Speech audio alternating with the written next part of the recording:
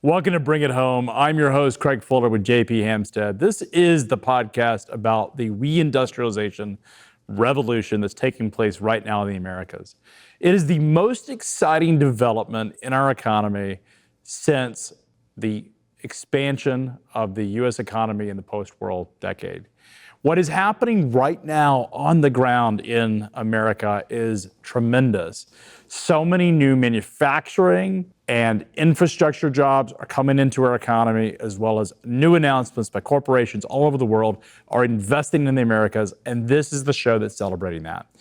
As we walk through the journey of the reindustrialization revolution, we're going to talk about major headlines each week that are highlighting the investments that are made to bring in new manufacturing jobs and expansion across the Americas, as well as bring in guests that are going to give their perspective on what they're seeing down in the reindustrialization of America. Now, one thing to be clear is this is not an angry show. We're not talking about all of the things that are costing Americans with globalization. We are celebrating America and why we will win and why America will win the next decade and the next century will be known as the third American century.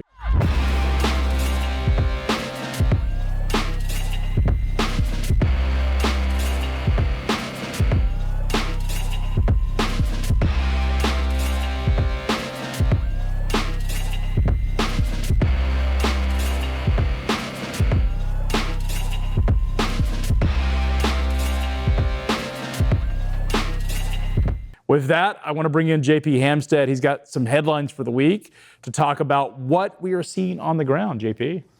Yes, thanks, Craig. Super excited about this show and celebrating all the great things that are happening on the ground in America. Our first headline is about Americans getting back in shape, losing weight.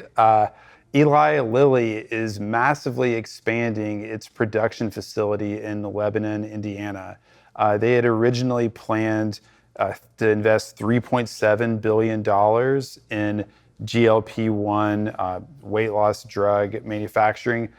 They've increased that investment from $3.7 billion to $9 billion, and announced that recently. So huge ramp up, meeting growing and surging demand.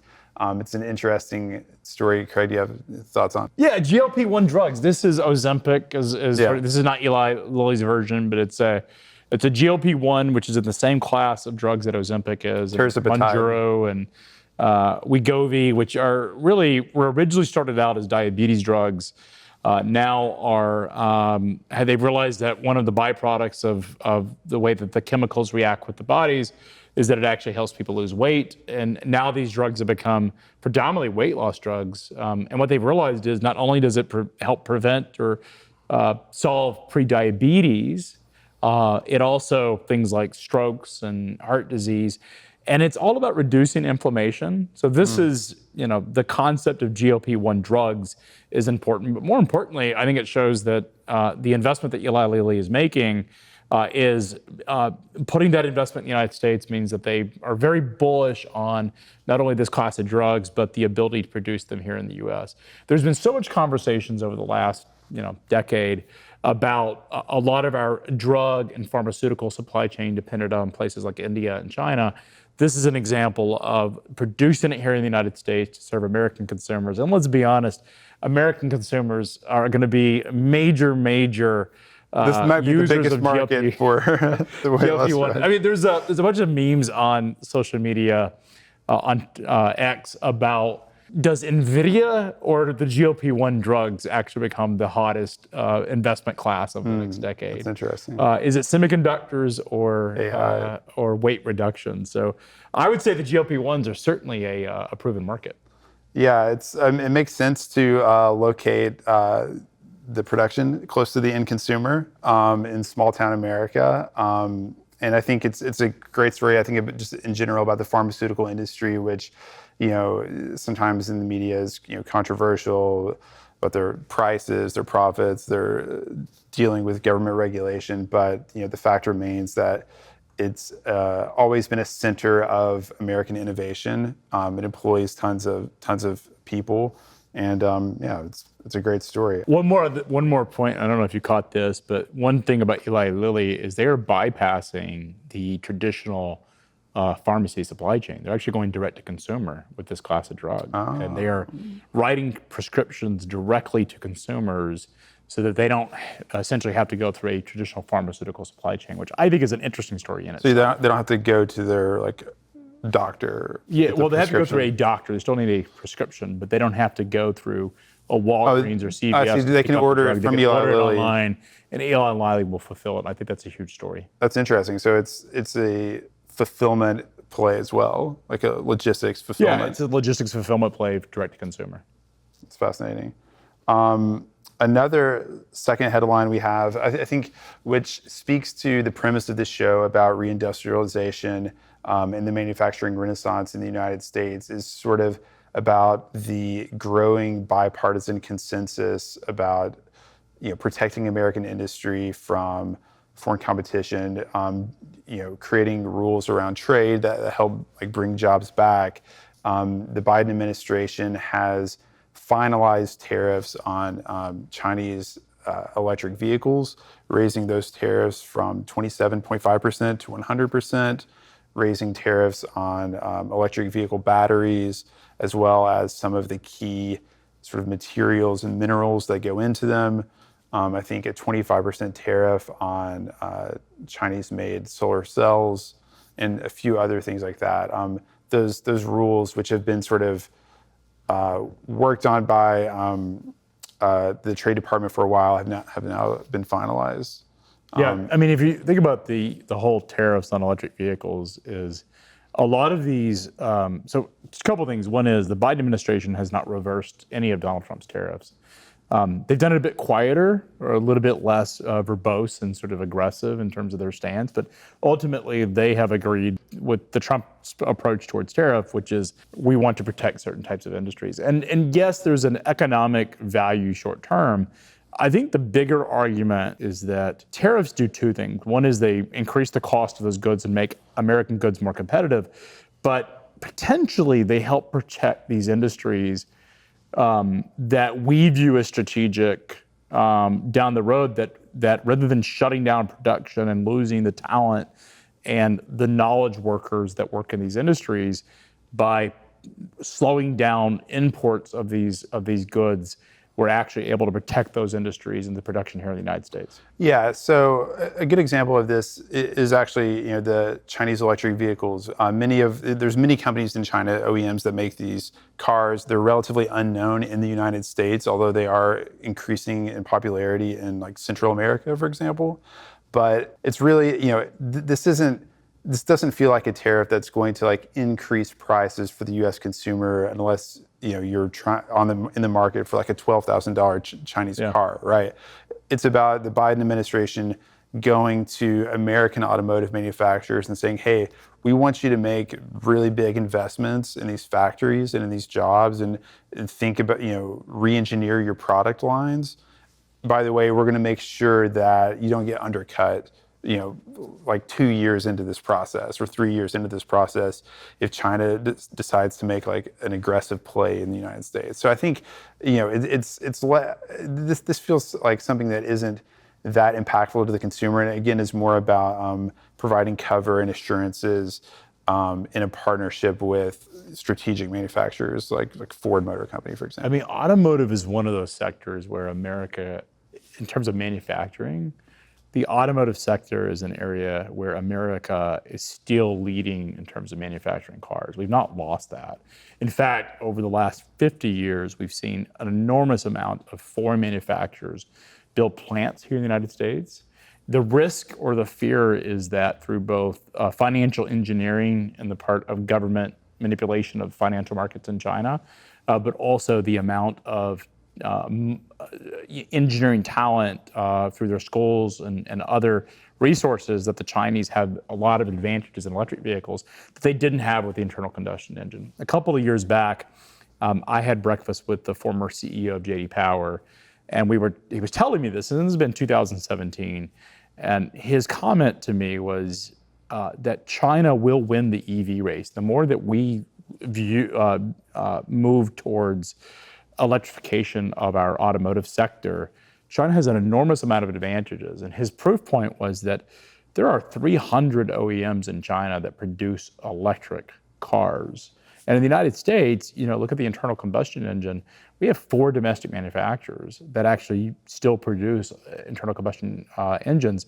But basically, China is trying to leapfrog because they can't compete with the ICE car. They just don't have the engineering talent to go produce those traditional industries. So they've effectively tried to leapfrog into electric vehicles. The more that we put electric vehicle investment and requirements and regulations, the more it actually favors China. One of the ways to fight that is to provide some type of backdrop or tariff to protect those industries so that we can build up that manufacturing base.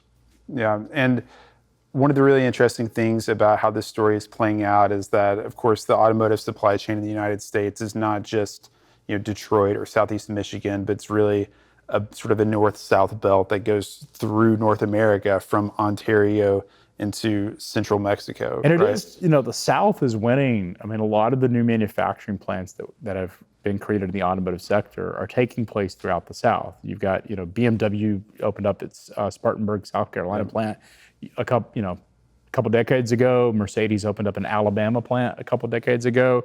Toyota has moved into, 50 years ago, moved in Kentucky. Nissan is in Tennessee. Volkswagen's in Tennessee. Ford, which we're going to talk about, the Blue Oval plant, is the largest manufacturing auto plant in the world, is opening up, is being built in Memphis, Tennessee, which I think is a really important story in itself. Speaking of Memphis, I want to invite Bill Dunavant, chairman of Dunavant Enterprises. Bill, tell us a little bit about Dunavant Enterprises. First of all, Craig, thank you for having me.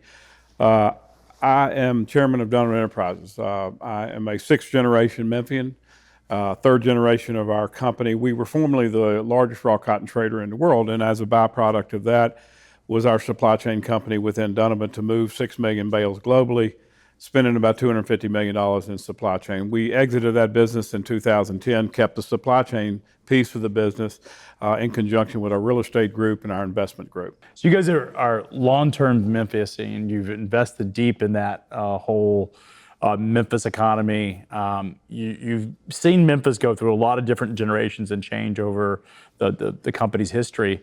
But more importantly, there is a renaissance taking place in Memphis that a lot of people just aren't paying attention to.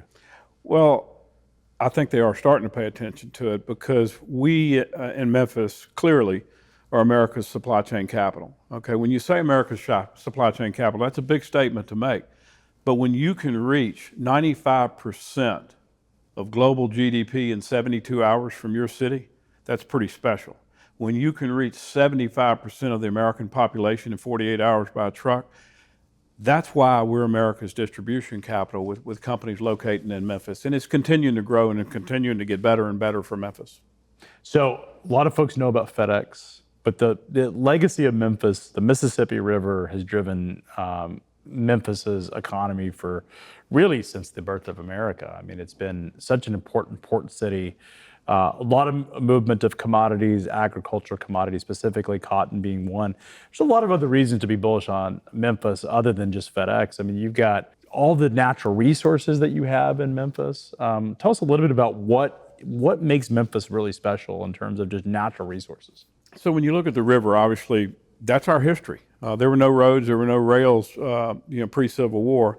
Memphis got its founding by the river, and the river is still there. We have the fifth largest inland port in America today. But when you look at the conjunction of interstates that come through Memphis, 3rd most traffic corridor in America with I-40, companies are coming and realizing the critical scale in Memphis and why we're there with the 5 Class 1 rails, with the 2nd largest freight airport in the world, with the port, with the roads. You put all that together from a supply chain perspective, Memphis is where you need to be. And from a distribution perspective, from Nike's North American Distribution Center is in Memphis, Milwaukee Tools in North Mississippi, Williams Sonoma, just over and over and over, companies are coming to Memphis for what I said, the ease and ability to move product in and out of Memphis. And so much of what is driving the change is this idea that America has gone from globalization to deglobalization. And companies are thinking differently about where they locate and why they locate back in America. They're looking at Memphis because of the labor force and the resources, but also the logistics network. But you guys have had some major wins in recent years. Blue Oval's auto plant, tell us a little bit what's happening there. Well, obviously, Ford Blue Oval, in conjunction with SK Battery out of South Korea, is making the biggest investment in American history in an automobile manufacturing plant just outside of Memphis. It's going to be the next generation of Ford's electric truck. You talked about that early, the electrification of EVs coming back to America. Quite frankly, when you look at Ford's investment of over $6 billion and probably another couple of $1 billion with the manufacturers co-locating with them, you're looking at an $8 billion investment in Tennessee. You couple that with the battery plant that's going into North Mississippi, the truck battery plant with Cummins and PACCAR. That's another $2 to $3 billion. You couple that with the other investments across Tennessee, it adds up to $18 billion in EV investment in Tennessee alone. And you look at that and you go south in Arkansas. And you look at the lithium deposit in the Smackover Formation in southern Arkansas. And that's being mined by Exxon and Albemarle. Some of the bigger companies are there. And so 2 plus 2 is 4, right? Because you got the one of the largest lithium deposits in southern Arkansas. And you got all this investment going into Tennessee, North Mississippi.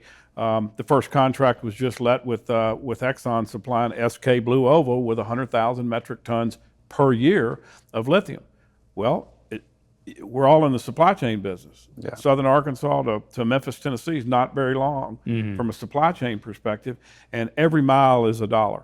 And so the closer you are, the more value there is. And we're very proud that this is all coming to Memphis. So is it just Blue Oval, or are we seeing other manufacturing move into? Well, you've got the co-locators that are going to help supply different components to the truck at Blue Oval, all locating on that 4,200 acre site called Blue Oval City. I think there's 6 companies co-locating with Ford SK.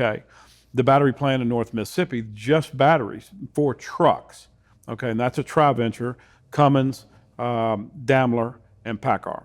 So you got, I mean, that's the great thing about auto plants. We know in Chattanooga, Tennessee, having Volkswagen here has driven a lot of the auto manufacturers and OEMs require their suppliers to be located near them. Yes, they do. Which certainly benefits it. But there's been a number of other announcements outside of Blue Oval and the Blue Oval infrastructure that is also happening around Memphis. Tell us a little bit about those. Well, obviously the latest, biggest headline that Memphis is incredibly proud of, Elon Musk has chosen Memphis to locate his artificial intelligence supercomputer, the largest supercomputer in the world for XAI. We were awarded that in June of this year. A lot of work's gone into it, a lot of money's been invested, but the fact that Elon Musk is coming to Memphis and building the largest supercomputer in the world and is already in discussions of doubling that size. We all know that AI is all over the world right now. And clearly Elon Musk is a game changer in everything he touches, from Tesla to SpaceX to Starlink to Neuralink to the Boring Company. We are so blessed that he chose Memphis to come to us, and he's down on President's Island. He chose Memphis for 3 reasons. Speed. We had the old Electrolux plant, 800,000 square feet on 600 acres that was ready to go. We sit on the greatest aquifer in the world, not America, in the world. We have 100 trillion gallons of water under Memphis, Tennessee, and it's reestablishing itself every single day. We all, including Chattanooga, have the greatest power supply in the world with TVA. We all are so blessed in the region of North Alabama, North Mississippi, Tennessee to have TVA as our federal power source. Yeah, it's like Saudi Arabia of electricity here in Tennessee. Absolutely. We just produce so much of it. You mentioned the water. Now, where is that water coming from? It being an aquifer? Yeah, so obviously we have the benefit of the second largest river in the world coming right by Memphis every single day. And we have the aquifer under Memphis. It's called the Memphis Sands. And it goes down probably 2,000 or 3,000 feet. And it's been there forever. And it is some of the cleanest water in the world that's pumped out of the ground. And that's verified, not by me, by many scientists. And so the fact that it's reoccurring, we live along the Mississippi River. You referenced the Mississippi River earlier. We are America's breadbasket in the Memphis region. Okay, but we've got agricultural production on some of the most fertile land in America that's sustainable because of our water supply. And you look around the world with global shortages in water and people using water where they shouldn't need to, we have a sustainable supply and it's reoccurring. When you think about Memphis, 60% of American grain production, corn, soybeans, rice, passes under our bridge at Memphis every year going to New Orleans to the global markets. So not only is Memphis the beneficiary of the global supply chain distribution capital of the world, we also are an agricultural base. And you look at one of the largest land buyers in Arkansas today is Bill Gates. What is he seeing? He believes in sustainable agriculture and what's going on. Just an amazing story. I know it's something that you've been passionate about. There's continues to be a lot of attention around the incentives that the state of Tennessee is given, but also some federal incentives. Is that driving a lot of, do you think that cities should be continuing to make those kinds of investments? Well, I mean, so obviously Ford Blue Oval received incentives from the state of Tennessee, from the federal government with the EV subsidies. Elon Musk did everything without any government subsidies. He wanted to move very quickly, and we're very proud of him and how he did it. He's looking at our water supply, and he knows how valuable that resource is to America, and specifically Memphis. He's offered to come in and work with Memphis Light Gas and Water, with TVA, to build a gray loop, to take treated water before it goes into the Mississippi River and cool it and use it to cool those computers, not using our fresh water. And that's under discussion and probably going to be under manufacturing. That could be a first in America, to build the largest gray loop in America.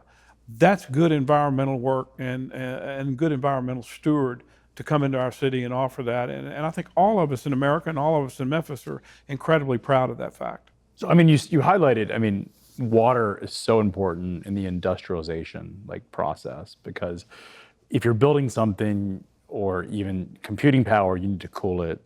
A lot of manufacturing components need water. That feels like an underappreciated part of the story of Memphis, is just how important access to available clean water is in terms of driving the success of Memphis. Call me anytime, I'll sell the story, because America needs to know the importance of what Memphis means to the whole Mid-South region. I mean, Memphis is a victim of two borders, Mississippi and Arkansas. Memphis borders on both. I don't consider them borders. I consider North Mississippi, with 60 million square feet of distribution and manufacturing space, literally across the border. You go across the river in eastern Arkansas, a lot of people don't realize this. Mississippi County, Arkansas, north of Memphis, Tennessee, up the river, is the largest steel manufacturing county in America today. The largest steel manufacturing county in America is 40 miles north of Memphis. So I think Memphis is doing a great job telling their story. The Smackover region for the lithium in South Arkansas, the steel manufacturing in North Arkansas, the distribution network down in North Mississippi, Federal Express in Memphis, the rails, the roads.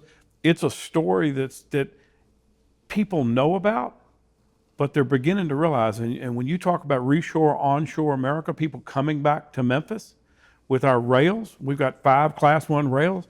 We have 3 million lift capacity of containers. Well, when you think about 3 million containers from the East Coast and West Coast coming into Memphis, from a carbon footprint standpoint, that's a hell of a lot better than putting trucks on the road, less wear and tear on the road, less fuel being burned.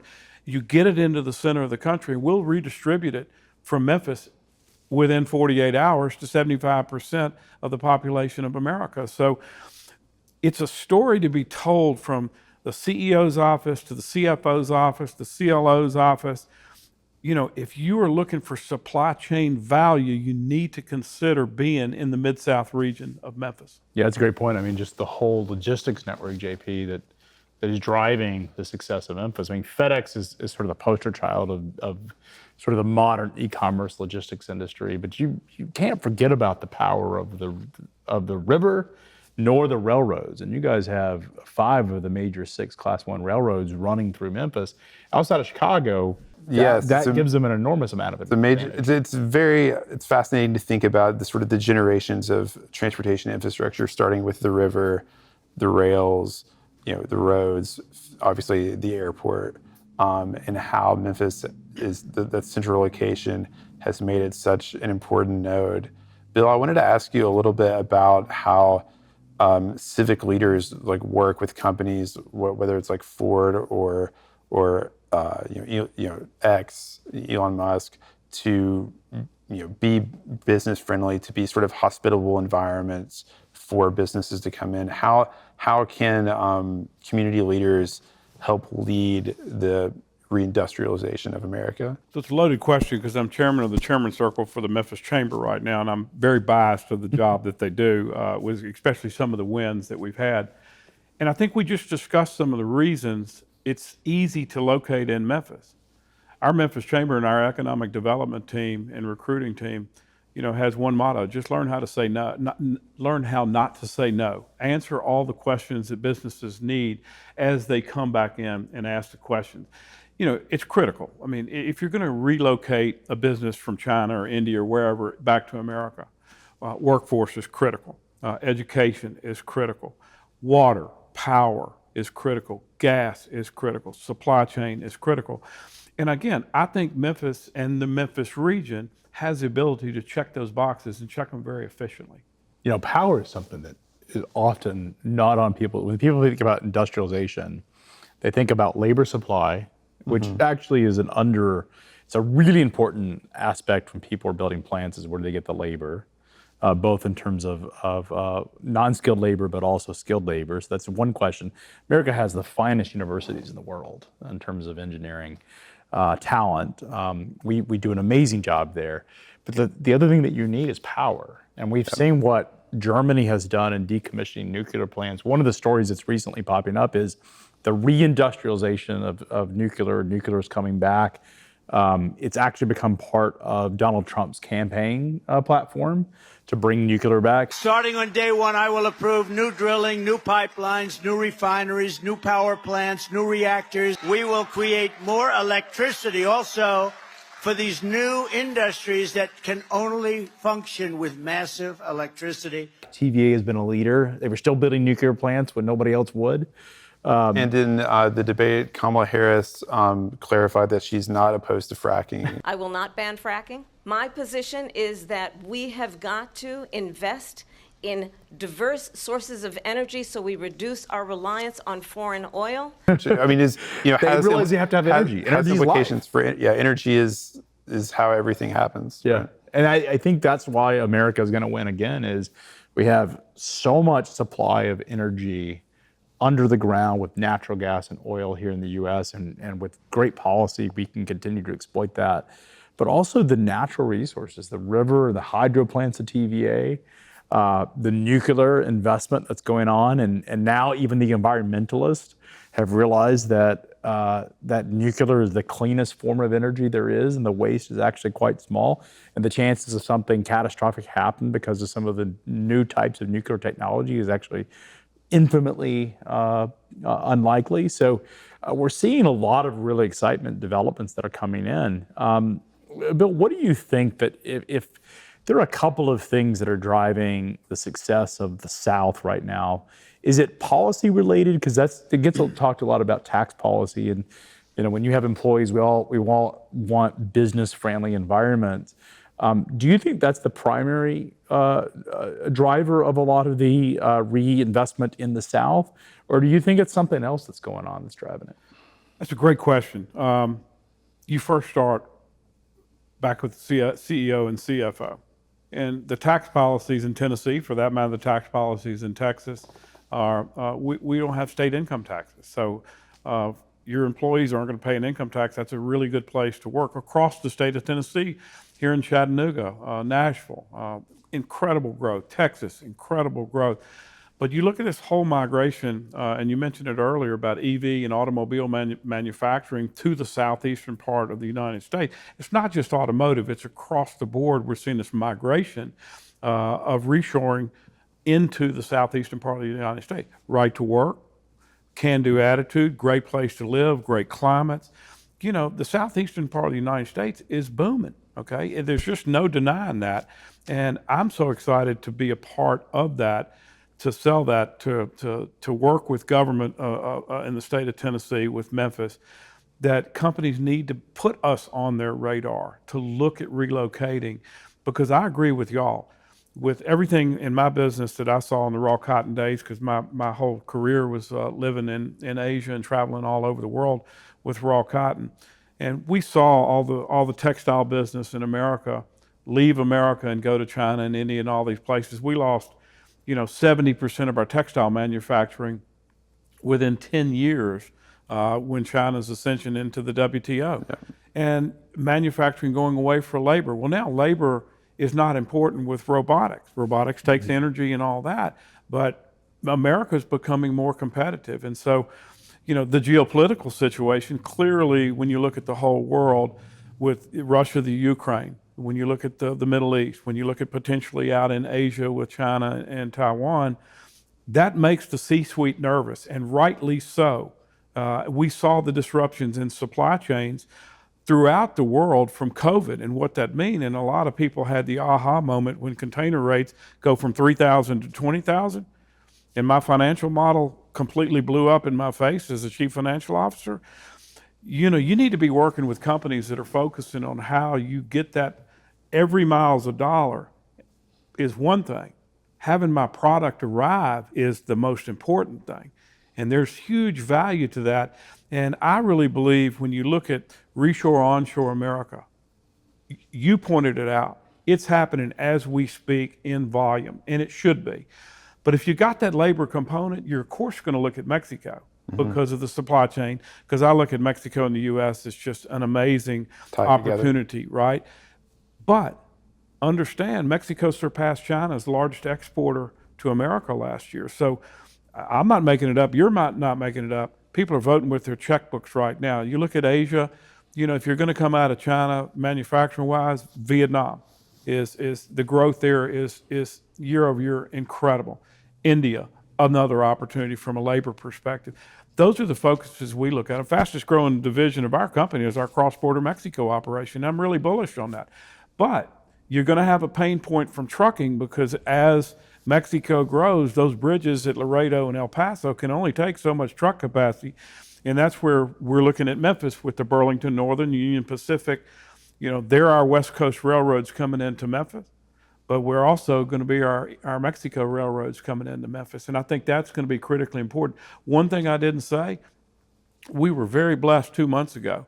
The federal government, in conjunction with the government of Tennessee and the government of Arkansas, have been awarded and are going to build a new bridge across the Mississippi River, the I-55 bridge, America's River Crossing, $1 billion investment in Memphis over the bridge. That's a very old bridge that we've got right now. It's a wise investment, not just for Memphis, Arkansas, Mississippi.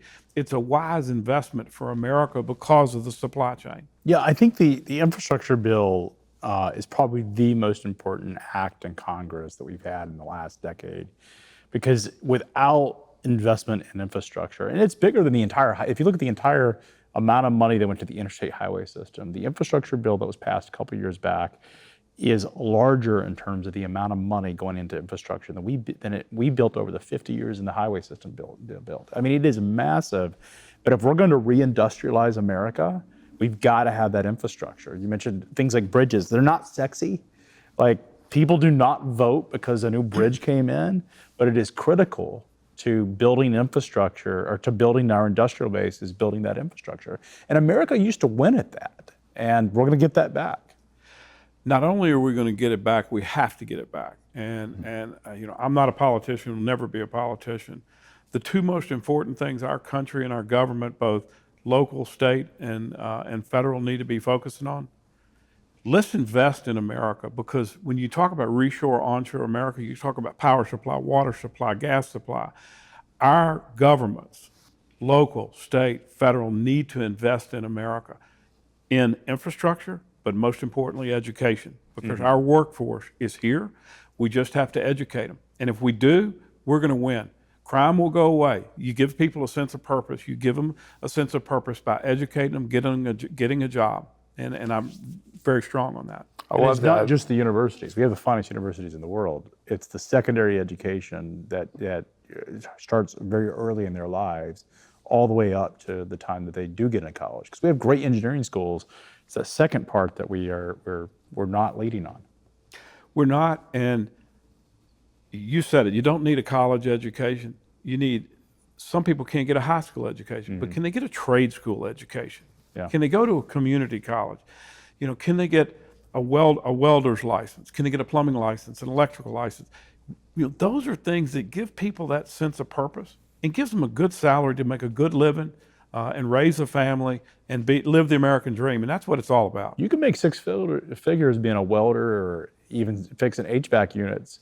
Truck drivers, Truck make a drivers. lot of money. You can make a lot of money doing the jobs. And one of the things that Tennessee did was passed a law where community college is free, paid for by the state, and that's a big because there's so much about 4-year college degrees, but in a lot of the data, you got this glut of white collar, college educated degree workers. But you don't have enough of the blue-collar workers that are actually doing a lot of the hard work that are out there. And that's an important piece. One thing that I think is underappreciated about the South, there's been a lot of conversation about all of the production moving in. If you look at the industrialization of America, pre-Civil War and even in the early 1900s, early 20th century, the South was sort of left out a lot of industrialization. One of it was a backwater. TVA changed, particularly the Mid-South, changed that. But the thing that I think is often underappreciated is how important refrigeration and air conditioning has been.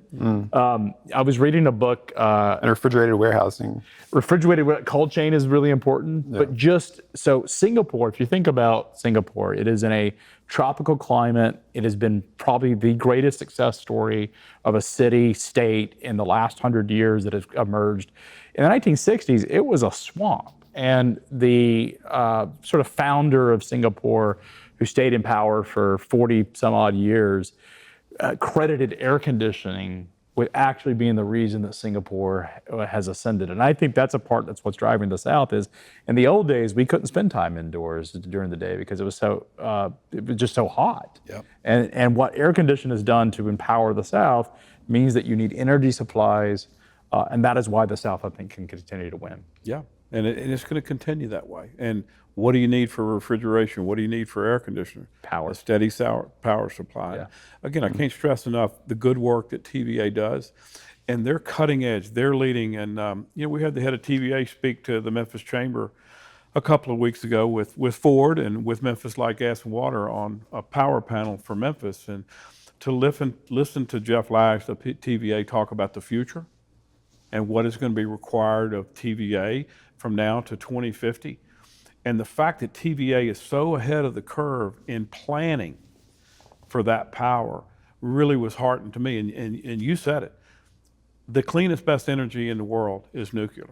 And it's a lot safer than it was 50 years ago, a lot safer. And, the fact that, you can modularize some of these nuclear plants now, not build the big one, you can build the small one.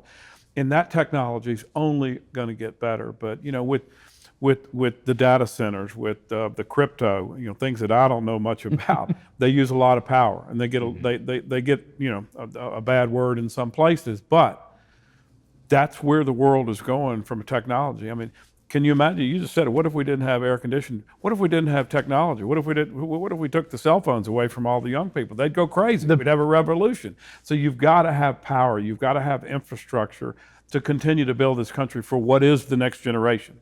But I think that's the underappreciated part of why America will win is our natural resources. Absolutely. It's our geography, as you talked about Memphis and the river. We produce 30% more food than we consume, and that is based on today's production cycle. Farmers are often paid not, and you know this better than anybody. That's pre-Ozempic numbers too. It's pre-Ozempic so we're probably numbers, which is consuming 8%. less. Well, a lot of that food actually goes into the agricultural supply chain. I mean, you know this better than anybody is. We can produce so much more food than we do in the United States today. And then energy is an unsung hero. Nobody wants to admit how important energy is to this whole equation, whether we're talking fossil fuel energies or we're talking things like nuclear. And It is simply an amazing part of our And story. I think the mining part is going to be a bigger and bigger role going forward. I think early on in the EV race, there was this perception that the United States didn't have like rare earth minerals or certain kinds of like metals that were needed for batteries, but that's not the case. It was just that there were sort of barriers in the way of mining them and accessing them and things like that. So I think as we bring home more of that manufacturing, we're going to look at the United States for those raw materials as well. Do you think? I tell you, you look at solar and wind, and I read an article coming over here today about the growth in Texas's power supply through solar, through wind, through nuclear. It's happening in all these states. And I mentioned Texas and Tennessee, TVA, Texas. Why are companies looking at this? Well, you don't have a state income tax and you have an abundant power supply. They're just different ways to skin the cat. And it seems to me like the southeastern part of the United States and Texas are doing it right. Yeah. And it's undeniable. TVA, and a lot of people don't know about it. They may have read about it during high school history, but the TVA story is so remarkable to what it has done for the Mid-South in developing this area, providing persistent supply chains in terms of power persistency. But one of the things underappreciated about TVA is, unlike California, TVA, it's a federal agency, but it's a quasi for-profit. It's got a weird structure. One of the things underappreciated about it is it also has, unlike what you saw out in California with Pacific Gas and Electric, it has invested in protecting the environment, protects the waterways. You can't build anything on the water without their approval. But they're not only just a good steward of power, but they're also a good steward of the environment in doing so. Very much so. And, there's been, a generational shift away from coal. And obviously you mentioned earlier, the switch to natural gas, of which we have more than we could ever deal with in America, and it is more environmentally friendly. The solar, much more environmentally friendly. Nuclear, incredibly environmentally friendly. We have to always, we all know 100, 200 years from now, what is the environment going to be? And we have to continue to get better every single day with the environment. Yeah, and hydroelectric. I mean, TVA, big. That's really where they got their start, was in building hydro. We have some major dams out here in Chattanooga that TVA has built. I live on the side of a mountain, and in that mountain, on the other side of the mountain, they actually have a hydro plant that pumps water up at night. So when the nuclear plants are running 24 hours when they're not down, and so they have a lot of excess energy at night when the grid's not being taxed, and they pump water up from the Tennessee River to the top of this mountain, and they treat it like a battery, and during the day they drain it. And I think it's one of the coolest innovations, and now it's coming back into vogue. It's called Raccoon Mountain, but it's the whole concept of we can store power by basically having a gravity-fed hydroelectric plant when we need it. I think those things are just remarkable, and that's going to continue to drive a lot of the innovation and industrial development here in the United States. And more importantly, and Tesla's been a big leader in industrial batteries. And how do we take power, like you said, off peak, store it in batteries to use at peak? And so there's some great products coming down the line, and they're only going to get better, right? Yeah. I mean, you look at EV cars. I mean, whether you believe in EV cars or not, 25 years from now, 30 years from now, it is going to be the future. I mean, we didn't have cell phones 30 years ago. They're a pretty important item to have in your pocket today. Yeah, but there are other ways, just like that hydroelectric battery, that gravity-fed plant that is a battery that doesn't require lithium. There are other ways, and I actually read that TVA is exploring building a second one of those plants because it has been so successful. It's cool. But what you're saying is it's an exciting time to be an American. It is an exciting time to be in America. It's an exciting time to be in logistics supply chain. It's an exciting time to be in trucking specifically because all this stuff's got to be transported. Got to move. And we're just incredibly bullish on where America's headed. And that's really the purpose of this podcast. You're on our inaugural episode, Bill, as we try to figure out how to get our own logistics here and talking about this topic. But this is why we're creating it, because we have not had a reconfiguration of the economy to the level that we're going to see over the next decade, and I'm talking global economy, since China opened up its borders, and it is all taking place in America. And for the last 20 years, everyone's talked about how America's losing, and now we have the opportunity to win. It's because these great natural resources, great education, and just great geography that enables us to do so. Yeah. Yeah, I think it's all about, there are a couple of different themes emerging. I think that'll take us through, many episodes of this show. But one of them definitely seems to be how policymakers can recognize, the conjunction of natural resources and supply chain infrastructure, see the opportunity for what it is, and then create policy that allows, capital and business to come in and, create growth. Yeah. Well, Bill, thank you so much for coming on. Great to be with you. Bring it home, and we're excited to have you here as our audience, excited about what the future looks like for America. Again, this is the show to celebrate the reindustrialization taking place right in front of your eyes here in America. This is going to be the next American century. We're going to continue to move that forward, and really honored to have you tune in each week to bring it home as we talk about the American reindustrialization.